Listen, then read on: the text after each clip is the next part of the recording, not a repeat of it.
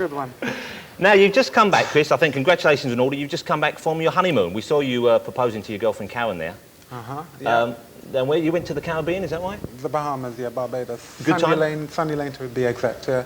The hotel is Sandy Lane, best part of Barbados, yeah. Now, I read something about you involved in some sort of a fracas out there. You got involved in a fight with a press guy or something. Is that true? No, I didn't get in a fight with him. He was taking pictures of me and I simply asked him nicely. I did. I simply asked him nicely, very nicely, to stop taking pictures. But what I did, which was a mistake, I actually put my hand on his shoulder like this. Camera, follow me. I said, David, stop taking pictures of me. I don't like it. Now, this is an assault. It's considered... It is. Oh, man, I'd have put my camera away straight away. This man actually does this for a living. He's been in a fracas with Paul McCartney and the British cricket team, to what I understand.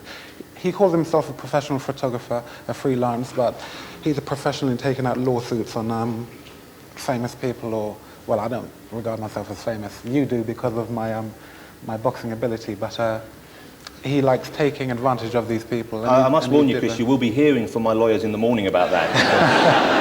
We have witnesses. Now, the fight we saw you giving Nigel Benn a bit of a pasting there. Mm-hmm. And I believe both of you got engaged after the... Well, not together, but he got engaged... he got engaged to his girlfriend as well after the fight. Now, what is it about the fight that makes men want to suddenly get married, is it? I mean, for me, I always said to my fiancée, when she was my fiancée at the time, I always said to her, I do want to marry you. She's been wanting to get married for at least a year and a half. I've always said I have to be successful first because I'm not going to bring up children, and I don't want to be in that position where I have to go out and work a 9 to 5 to look after my family, so I want to be successful. So it was as if I used the fighting business as an incentive for me to get married. And, you know, when I actually won the fight, it being foremost in my mind, because it's something, I mean, my wife is a very beautiful woman, and... Presumably you weren't thinking about it during the fight, though, No, but it was foremost in my mind, you know, yeah. Wanting to win and wanting what I've been saying to mean something, and it just came out. It was a great moment. It was so unexpected. I was watching the fight at home live, and I almost felt like you proposed to me. It was a moving, emotional moment there. Now, it must be, I mean, it's a painful way to earn a living. Yeah. That's a kind of obvious thing to say. How do you feel the day after a fight like that that's gone the distance and it's like a tough fight? How do I feel the next day? The pain was so excruciating, that I didn't realize what I had done for like 4 or 5 days. And then the high, I was still in pain, but the high had taken over the pain kind of thing. I mean, the next morning my trainer, Ronnie Davis, had to pick me and out of bed and put me in the shower. That's how hurt I was. The man is a very powerful individual, and you know, I mean, I'm sure everyone knew that and saw that, you know, and I knew it, but I was willing to deal with that, you know. I mean, the fight for me, can I just say, the challenge for me wasn't beating Nigel Benn. I knew I could do that, believe it or not. I knew I could do that. The challenge for me was to live with his power, because he is pound for pound one of the hardest and hardest puncher. One of the hardest punchers in the world, you know, and I wanted to live with that power. The duel was the challenge for me. That was my kick, you know. Now, what about during the fight then? You say he's one of these hardest punchers. Are you aware of the pain during the fight when the blows are coming in, or is it only afterwards that it... No, you are aware. It hits you, like, it hit me with a shot, and the shot split my tongue, an inch cut, and you are aware of that. There's no way the adrenaline is gonna, you know... Yeah. You know, outdo that. So it's just about accepting, you know, and what I always say to myself is, I have no time for pain right now. I'll feel the pain later. That's what I said when I interviewed Freddie Starr, and yet the next day, you've got quite controversial opinions about boxing. I know that you're the first boxer I've ever seen who's actually come out and said, this is a barbaric sport. It's a barbaric sport. It's a mug's game, but there are reasons behind that. I mean, it's plain for everyone to see that. For the people who study boxing, it's plain to see that fighters are exploited. This is why it's a mug's game. And it's not a clever thing to do, going in a ring and fighting with another individual who is trained to incapacitate you, you know, to put it nicely.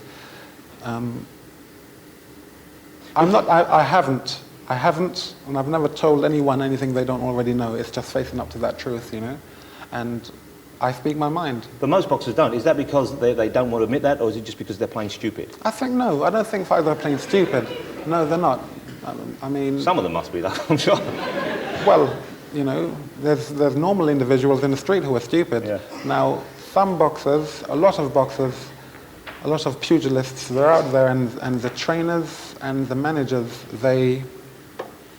it's almost like they brainwash them into thinking that training, you should love it, you know?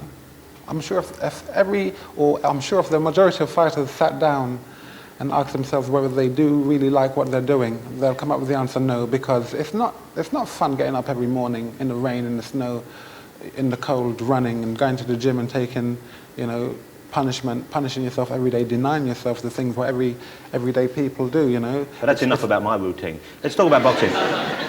You're a Christian man. I know I've been reading that you're quite a devout Christian. Who told you this?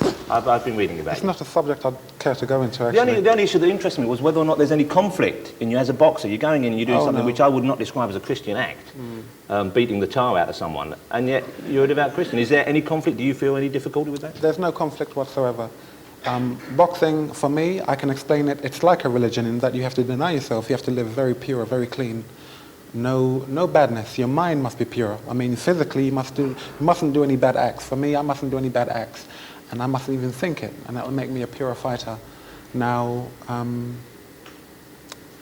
it's not wrong to box. In my opinion, I don't think it's, in the eyes of the Force or the Almighty, I don't think it's a wrong thing to do, because it's a controlled sport. We know. We make decisions, you know. No one told me to get into the ring and fight, you know. This is the way I'd rather make my living. But I think you're inflicting pain on someone, that's what. And he wants to do the same to me, so it's a fair thing. Yeah. I find it much more,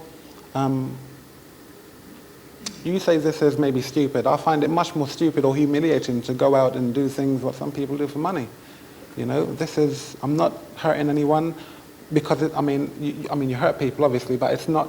But they know what they're getting into, I guess, is what you're saying. Right, it's all premeditated. I'm looking for, when's your next fight? Is it February sometime? February the 23rd. And you're going in positive? I'm 25 fights, 25 wins. I'm the world champion. I am 100% positive and confident. And this has been slow in growing, but I am 100% confident now, and I intend to stay that way for as long as I possibly can. Well, I know as a Christian you might not condone it, but I'll be putting a 5 on you. Thanks for coming on the show. Mr. Chris Eubank. Thank you.